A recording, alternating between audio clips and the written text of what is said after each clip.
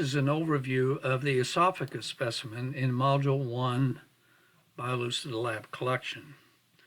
In this specimen, where the X is the lumen of the esophagus, and there is the epithelial lining of the esophagus, and under that will be some connective tissue, smooth muscle, and some loose connective tissue here, and then a couple of dense layers here, which are the smooth muscle, major bulk of the wall of the esophagus that gives it the ability to milk food that's being passed from the mouth down to the stomach. So let's just zoom in on the epithelium. And we saw this in the last specimen. This is a particularly good example of stratified squamous, non-keratinized epithelium. You see the connective tissue down here, and the connective tissue under here is,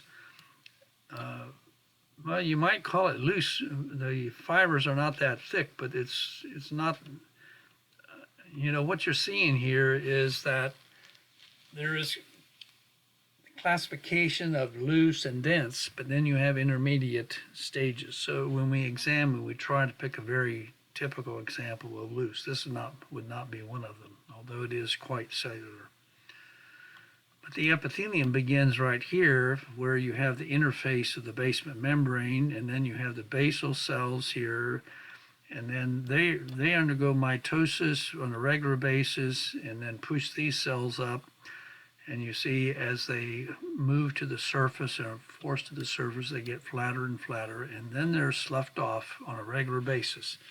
There's a pretty good rapid turnover of epithelium lining the GI tract, anywhere from 4 to 6 days.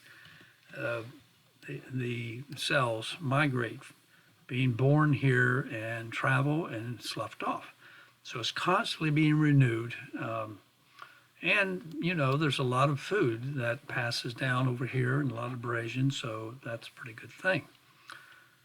And, of course, the esophagus does provide mucus. I don't think there are any really good mucus. Well, here you go. Here's a patch of not very well fixed mucus cells, but those are mucus cells, and you kind of fragmented, so the fixative did not get down here and preserve this as well as we'd like. So, but it makes its way to the surface through ducts like this. You can see some of the mucus in here and the lining of the duct. And so that concludes an overview of the esophagus. Mainly you're looking at the connective tissue and the epithelium.